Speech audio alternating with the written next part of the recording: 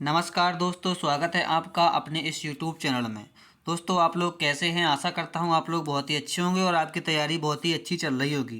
दोस्तों, आज हमारा प्रैक्टिस सेट नंबर 12 है जीके एंड जीएस का, जो कि उत्तर प्रदेश पुलिस परीक्षा जो 17-18 फरवरी को आपकी होनी है, उसी को देखते हुए सारे प्रीवियस ईयर क्वेश्चन आपके करवा रहा हूं। तो दोस्तों, ये क्वेश्चन आप बहुत ही अच्छे तरीके से अपना रिवाइज कर लीजिएगा। दोस्तों, ये पार्ट नंबर 12 है। पार्ट 11 अगर आपने नहीं देखे हैं तो जाके देख लीजिएगा। बहुत ही इंपॉर्टेंट क्वेश्चन रखे हुए हैं और उसमें दोस्तों यूपी जीके भी शामिल हुई है। अगर दोस्तों आप हमारे चैनल पर नए हैं तो चैनल को सब्सक्राइब कर लीजिएगा, ताकि कि आगे की वीडियो और सारी जो इन्फॉर्मेशन भर्ती से रिलेटेड दी जाती हैं वो आप तक पहुंच सकें। ठीक है दोस्तों, क्लास बहुत ही इंपॉर्टेंट होने वाली है, आप अंत तक बने रहिएगा। ठीक है, तो दोस्तों देखते हैं इसमें क्वेश्चन कैसे होने वाले हैं। जैसे कि किसकी आत्मकथा का शीर्षक गोल है? मेजर ध्यानचंद, बाईचुंग भूटिया, सचिन तेंदुलकर या डेविड बेकहम। और दोस्तों क्वेश्चन इसमें होंगे जैसे वाराणसी के जो विश्वनाथ मंदिर है उसका निर्माण किसने कराया था? तो रानी अहिल्याबाई ने, हरिश्चंद्र ने, या फिर रणोजी सिंधिया ने, या फिर मोरोपंत पिंगली ने। दोस्तों इस प्रकार के आपको क्वेश्चन देखने को मिलेंगे। तो देखते हैं दोस्तों हमारा पहला क्वेश्चन क्या है। दोस्तों पहला क्वेश्चन है कि जो आगरा की मोती मस्जिद है उसका निर्माण किसके द्वारा करवाया गया था? दोस्तों आपसे पूछ रहे हैं कि आगरा की मोती मस्जिद का निर्माण किसके द्वारा करवाया गया था? दोस्तों इसे करवाया था शाहजहाँ ने। शाहजहाँ ने आगरा की जो मोती मस्जिद का निर्माण कराया था। तो आगरा दोस्तों कहाँ पड़ता है? ये यूपी में पड़ता है। ठीक है दोस्तों, ये आपको याद करके रख लेना है। यही दोस्तों अगर आपसे पूछा जाए कि औरंगजेब ने किस मोती मस्जिद का निर्माण कराया था, तो दोस्तों दिल्ली में जो मोती मस्जिद है, दिल्ली की जो मोती मस्जिद है उसको औरंगजेब ने बनवाया था। कहाँ की? दिल्ली की मोती मस्जिद है जो, वो औरंगजेब ने बनवाई थी। और दोस्तों अकबर ने दोस्तों कहाँ की बनवाई थी? दोस्तों अकबर ने बनवाया था फतेहपुर सीकरी का जो बुलंद दरवाज़ा है। क्या है? दरवाज़ा बुलंद दरवाज़ा दोस्तों कहाँ है आपका? फतेहपुर सीकरी में है। उसका निर्माण कराया था आपके अकबर ने कराया था। ठीक है दोस्तों, तो ये आपको याद करके रख लेना है। ठीक है दोस्तों, इस क्वेश्चन का आपका आंसर हो जाएगा आगरा की मोती मस्जिद का निर्माण आपके शाहजहाँ ने करवाया था। यही आपका राइट आंसर हो जाएगा। ठीक है दोस्तों, देखते हैं क्वेश्चन नंबर अगला। क्वेश्चन नंबर दोस्तों अगला है कि जो dot dot dot red data book में जानवरों, वनस्पतियों और कवकों की दुर्लभ और लुप्तप्राय प्रजातियों के दस्तावेजीकरण के लिए स्थापित एक राज्य की दस्तावेज है। दोस्तों इसमें क्वेश्चन पूछ रहा है कि जो दोस्तों एक डेटा बुक होती है जिसमें भारत में जो जानवर या वनस्पति या कवक हैं जो लुप्त होने की कगार पे होते हैं, उनको किस दस्तावेज के तहत इनको रखा जाता है? तो दोस्तों इनके लिए एक राजकीय दस्तावेज होता है। वो दोस्तों दस्तावेज आपसे पूछ रहे हैं कि कौन सा होता है। तो दोस्तों इन्हें रखते हैं रेड दस्तावेज के तहत। ठीक है दोस्तों, इनको दोस्तों रेड दस्तावेज के तहत रखते हैं। ठीक है, तथा पौधों की प्रजातियों का उल्लेख किया जाता है। ठीक है दोस्तों, तो रेड डेटा बुक में इनको रखा जाता है, आपको याद करके रख लेना है। ठीक है, देखते हैं क्वेश्चन नंबर अगला। क्वेश्चन नंबर अगला है कि निम्न में से कोशिका का कौन सा भाग पशु कोशिकाओं में नहीं होता है? इसमें दोस्तों पूछ रहा है कि जो कोशिका का कौन सा भाग है जो पशु कोशिकाओं में नहीं पाया जाता है? दोस्तों ये आपका हो जाएगा कोशिका भित्ति। ठीक है दोस्तों, कोशिका भित्ति होती है जो जो दोस्तों किसकी बनी होती है? पॉलीसेकेराइड्स की। किसकी बनी होती है? आपकी बनी होती है पॉलीसेकेराइड्स पॉलीसेकेराइड्स से बनी होती है। एक कठोर परत होती है दोस्तों। ठीक है दोस्तों, जो पेड़ पौधे, कवक और बैक्टीरिया की कोशिकाओं के प्लाज्मा झिल्ली के बाहर की ओर स्थित होती है। ठीक है दोस्तों, और दोस्तों ये पशु या जंतु कोशिकाओं में नहीं पाई जाती है। ठीक है दोस्तों, ना तो ये पशु में पाई जाती है और दोस्तों ना ही जंतु कोशिकाओं में पाई जाती है। कहाँ पर? जंतु कोशिकाओं में, ये दोनों में ही नहीं पाई जाती है। दोस्तों कोशिका भित्ति होती है वो पौधों में पाई जाती है। ठीक है दोस्तों, और दोस्तों यही है कि जो ठीक है, कोई दिक्कत नहीं, ओके ठीक है, कोशिका भित्ति आपकी राइट आंसर हो जाएगा। यानी कि पशु कोशिकाएं किसमें नहीं पाई जाती हैं? पशु कोशिकाओं में नहीं पाया जाता, वो होता है आपकी कोशिका भित्ति। ठीक है, देखते हैं क्वेश्चन नंबर अगला। क्वेश्चन नंबर अगला हो जाएगा कि निम्न में से किस जाति या स्पीसीज के में बाह्य निषेचन होता है? दोस्तों निम्न में से किस जाति में बाह्य निषेचन होता है, ऐसा आपसे क्वेश्चन पूछा गया था। दोस्तों इसका राइट आंसर था मेढक। जो दोस्तों मेढक है बाह्य निषेचन होता है, अर्थात जो नर मेढक है तथा मादा मेढक एक ही समय एक साथ पानी की सतह पर तैरते हुए, ठीक है, शुक्र द्रव्य तथा अंड कोशिकाओं से तरल युक्त जल में छोड़ देते हैं, जिनके परस्पर मिलन से अनेकों अंड कोशिकाएं निषेचित हो जाती हैं। ठीक है दोस्तों, तो दोस्तों निम्न में से किस बाह्य निषेचन, कौन से वो जाति का वो है आपका जानवर है जो बाह्य निषेचन के द्वारा होती है। तो दोस्तों ये मेढक मेढक जाति में बाह्य निषेचन होता है। ठीक है दोस्तों, मेढक जाति में बाह्य निषेचन होता है। देखते हैं क्वेश्चन नंबर अगला। क्वेश्चन नंबर अगला है कि मानवों में आवाज़ डॉट डॉट द्वारा उत्पादित होती है। दोस्तों कह रहे हैं कि मानवों में जो आवाज़ है वो किसके द्वारा उत्पादित होती है। ठीक है दोस्तों, वो होती है कंठ यानी कि लैरिंक्स के द्वारा, कंठ के द्वारा मानव में आवाज़ उत्पादित होती है। ठीक है दोस्तों, देखते हैं क्वेश्चन नंबर अगला। क्वेश्चन नंबर अगला हो जाएगा कि निम्नलिखित में से कौन सी मृदा कपास की खेती के उपयुक्त होती है। कपास की खेती के लिए दोस्तों कौन सी मिट्टी है जो सबसे उपयोगी होती है, ये आपसे क्वेश्चन पूछा गया है। तो दोस्तों कपास सबसे अच्छा काली मिट्टी में होता है। ठीक है दोस्तों, काली मिट्टी में सबसे अच्छा कपास की खेती होती है। ठीक है, देखते हैं क्वेश्चन नंबर अगला। क्वेश्चन नंबर अगला हो जाएगा कि निम्न में से कौन सा जानवर है जो भारत में स्थानिक प्रजाति का उदाहरण नहीं है। अब दोस्तों स्थानिक प्रजाति यानी कि वो जानवर जो केवल एक ही भौगोलिक क्षेत्र में रहते हैं। ठीक है दोस्तों, उनका उदाहरण नहीं है। ऐसा आपसे क्वेश्चन पूछा गया है कि भारत में वह कौन सा स्थानिक प्रजाति है जो स्थानिक प्रजाति का उदाहरण नहीं है। ठीक है दोस्तों, इसमें स्थानिक प्रजाति का उदाहरण आपसे नहीं पूछा गया है। अब दोस्तों इनमें इस यहाँ कोष्टक में लिख दिया गया है कि स्थानिक प्रजाति क्या होती है, वो जानवर जो केवल एक ही भौगोलिक क्षेत्र में रहते हैं। ठीक है, तो दोस्तों एक ही भौगोलिक क्षेत्र में रहते हैं, ये आपका हो जाएगा गाय। ठीक है, गाय है जो निम्नलिखित में से कौन सा जानवर भारत में स्थानिक प्रजाति का उदाहरण नहीं है पूछ रहा है। ठीक है दोस्तों गाय नहीं है, स्थानिक प्रजाति का उदाहरण है जो गाय नहीं है। ठीक है, जैसे दोस्तों जो एक सिंगी गैंडा होता है जो दोस्तों असम के काजीरंगा राष्ट्रीय पार्क का एक स्थानीय जानवर है। ठीक है दोस्तों, जो बंगाल टाइगर है पश्चिम बंगाल के सुंदरबन डेल्टा, जो सुंदरबन का स्थानीय जानवर है। ये दोस्तों बंगाल टाइगर है जो पश्चिम बंगाल के सुंदरबन का जो स्थानीय जानवर है। एक सींग का दोस्तों जो गैंडा है ये असम का काजीरंगा का एक स्थानीय जानवर है। गाय दोस्तों एक स्थानीय जानवर यानी कि ये उदाहरण नहीं है, गाय नहीं है। ठीक है दोस्तों, देखते हैं क्वेश्चन नंबर अगला। क्वेश्चन नंबर अगला हो जाएगा कि डॉट डॉट डॉट भारत का सबसे बड़ा बॉक्साइट उत्पादक राज्य कौन सा है। दोस्तों इसमें पूछ रहा है कि जो दोस्तों बॉक्साइट उत्पादन होता है जहाँ पे सबसे ज़्यादा भारत का वह कौन सा राज्य है। ठीक है दोस्तों, तो बॉक्साइट उत्पादन का सबसे बड़ा राज्य हो जाएगा आपका उड़ीसा। उड़ीसा में सबसे ज़्यादा बॉक्साइट का भंडारण है, जो भारत का सबसे बड़ा बॉक्साइट उत्पादक राज्य आपका हो जाएगा। ठीक है दोस्तों, देखते हैं क्वेश्चन नंबर अगला।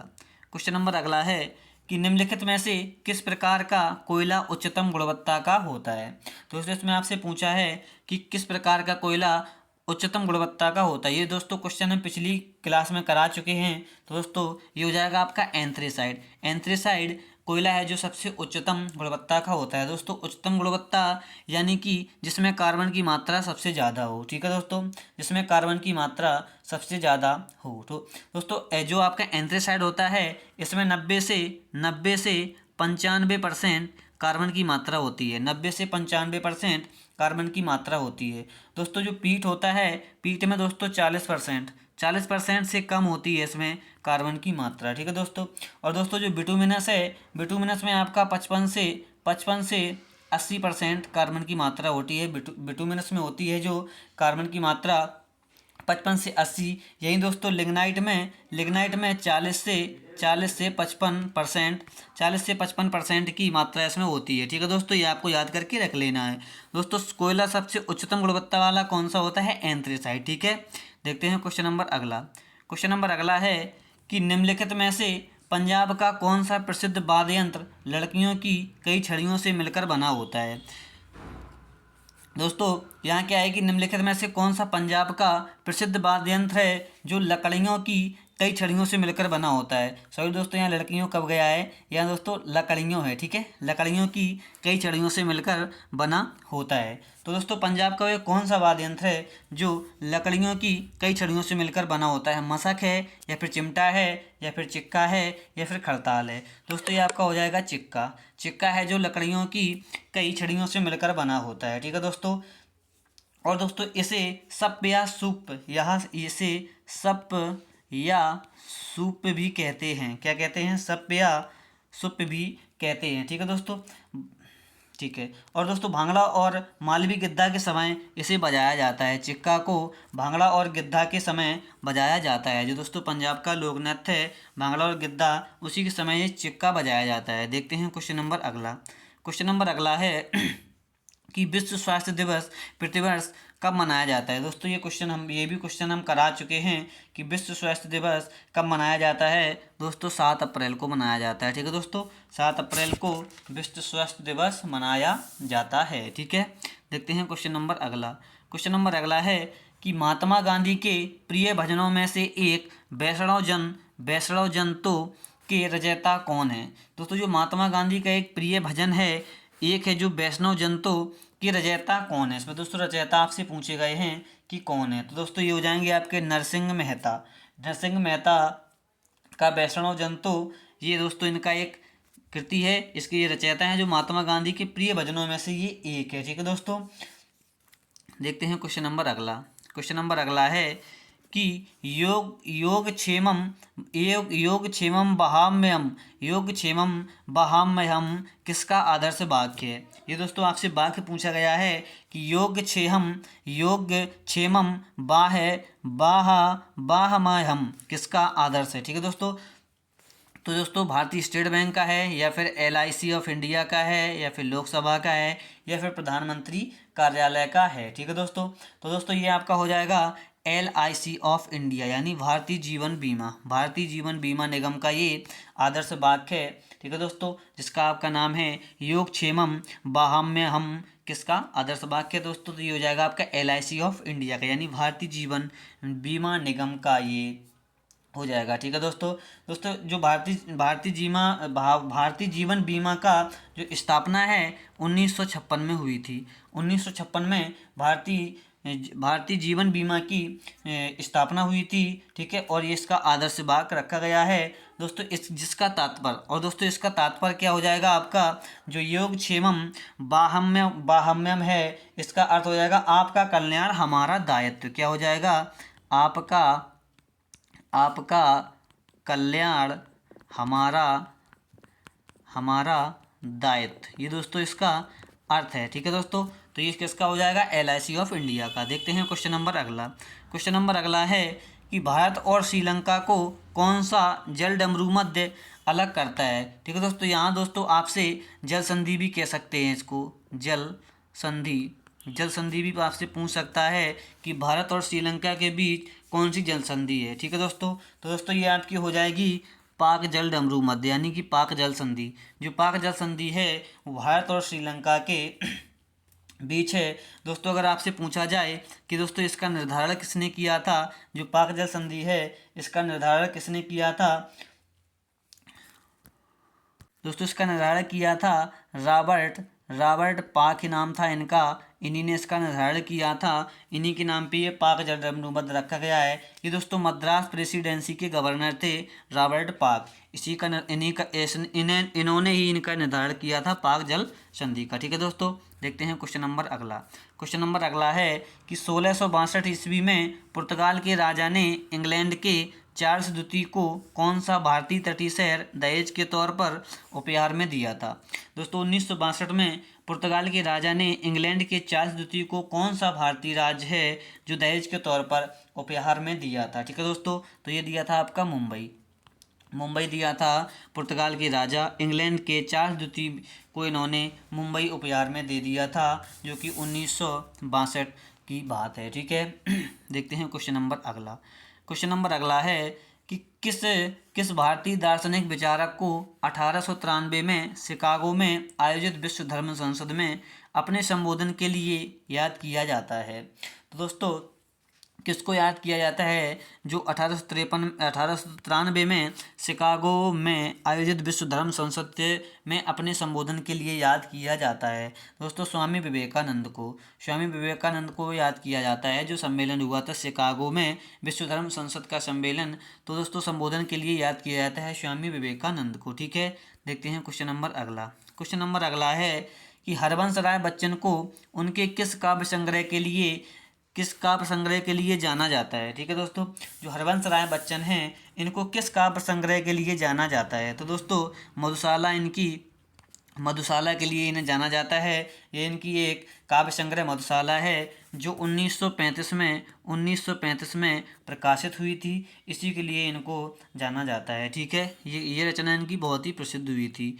देखते हैं क्वेश्चन नंबर अगला। क्वेश्चन नंबर अगला है कि किसकी आत्मकथा का शीर्षक गोल है। दोस्तों आपसे पूछा गया है कि किसकी आत्मकथा का शीर्षक गोल है। दोस्तों ये हो जाएंगे आपके मेजर ध्यानचंद। मेजर ध्यानचंद की आत्मकथा का जो शीर्षक है वो आपका गोल हो जाएगा। ये आपको याद करके रख लेना है। ठीक है, देखते हैं क्वेश्चन नंबर अगला। क्वेश्चन नंबर अगला है कि वर्ल्ड वाइड वेब के आविष्कारक कौन हैं। दोस्तों वर्ल्ड वाइड वेब के आविष्कारक कौन हैं, ये दोस्तों हो जाएंगे आपके टिम बर्नर्स ली हो जाएंगे आपके वर्ल्ड वाइड वेब के आविष्कारक, यानी कि www होता है जो दोस्तों www.com नहीं होता दोस्तों, उसी के दोस्तों ये आविष्कारक हैं टिम बर्नर्स ली। ठीक है, देखते हैं क्वेश्चन नंबर अगला। क्वेश्चन नंबर अगला हो जाएगा कि महर्षि वाल्मीकि का आश्रम ब्रह्मवर्त में स्थित था, जो वर्तमान में उत्तर प्रदेश के कहाँ स्थित है। तो दोस्तों ये आपका हो जाएगा बिठूर दोस्तों बिठूर में स्थित है। जो महर्षि वाल्मीकि का आश्रम ब्रह्मवर्त में स्थित था, जो वर्तमान में बिठूर में स्थित है। बिठूर दोस्तों कानपुर के पास पड़ता है। कहाँ पड़ता है ये दोस्तों? कानपुर के पास पड़ता है बिठूर। ठीक है, देखते हैं क्वेश्चन नंबर अगला। क्वेश्चन नंबर अगला हो जाएगा कि दोस्तों अपनी कृति पृथ्वीराज रासो में पृथ्वीराज चौहान के वीरतापूर्ण कार्यों का उल्लेख किसने किया था। दोस्तों एक कृति है पृथ्वीराज रासो, उसका दोस्तों उल्लेख किसने किया था आपसे पूछा गया है। दोस्तों पृथ्वीराज रासो के रचयिता आपके चंद्रबरदाई हो जाएंगे। ठीक है दोस्तों, चंद्रबरदाई ने पृथ्वीराज चौहान की वीरतापूर्वक कार्यों का उल्लेख किया है। ठीक है, देखते हैं क्वेश्चन नंबर अगला। क्वेश्चन नंबर अगला है कि राष्ट्रीय कवि मैथिली शरण गुप्त का जन्म उत्तर प्रदेश के कहाँ हुआ था। उत्तर प्रदेश में तो हुआ था दोस्तों, आपसे शहर का नाम भी पूछ रहे हैं। तो दोस्तों मैथिली शरण गुप्त का जन्म उत्तर प्रदेश के झांसी में हुआ था। ठीक है दोस्तों, इनका जन्म झांसी में हुआ था। झांसी के चिरगांव झांसी के पास दोस्तों चिरगांव पड़ता है, वहीं इनका जन्म हुआ था। ठीक है, एक वैश्य परिवार में हुआ था। तो दोस्तों 1886 में कब हुआ था? 1886 में इनका जन्म हुआ था। ठीक है दोस्तों, तो ये आपको याद कर लेना है। मैथिली शरण का गुप्त झांसी के पास चिरगांव में। अगर आपको झांसी नहीं दिखता है दोस्तों तो चिरगांव मिलेगा। ठीक है, देखते हैं क्वेश्चन नंबर अगला। क्वेश्चन नंबर अगला है कि जो दोस्तों मथुरा कला विद्यालय है दोस्तों किस काल के दौरान अपने शीर्ष पर था। दोस्तों किस काल में मथुरा कला विद्यालय है सबसे फर्स्ट नंबर पर था। तो दोस्तों ये था दोस्तों कुषाण काल में। कुषाण काल के दौरान ये शीर्ष पर था जो मथुरा का कला विद्यालय है। ठीक है, ये आपको याद कर लेना है। देखते हैं क्वेश्चन नंबर अगला। क्वेश्चन नंबर अगला है कि गुप्त काल का टेराकोटा यानी कि पक्की मिट्टी की ईंटों से बना भीतरगांव मंदिर उत्तर प्रदेश के ... कहाँ स्थित है। दोस्तों आपसे पूछा जाए कि दोस्तों गुप्त काल का जो टेराकोटा पक्की ईंटों से जो बना भीतरगांव का मंदिर है ये दोस्तों उत्तर प्रदेश के कहाँ पर स्थित है। दोस्तों भीतरगांव का मंदिर आपके उत्तर प्रदेश के कानपुर में स्थित है। ये आपको याद कर लेना दोस्तों, बहुत ही इंपॉर्टेंट क्वेश्चन है। ये बहुत ही इंपॉर्टेंट क्वेश्चन है। भीतरगांव का मंदिर कानपुर में आपका स्थित हो जाएगा, जो कि पक्की ईंटों से बना हुआ है। ठीक है दोस्तों, देखते हैं क्वेश्चन नंबर अगला। क्वेश्चन नंबर अगला है कि वाराणसी के विश्वनाथ मंदिर का निर्माण ... द्वारा किया गया। दोस्तों जो वाराणसी में विश्वनाथ जी का मंदिर बना है उनका मंदिर किसने बनवाया था। तो दोस्तों उनका मंदिर बनवाया था रानी अहिल्याबाई ने।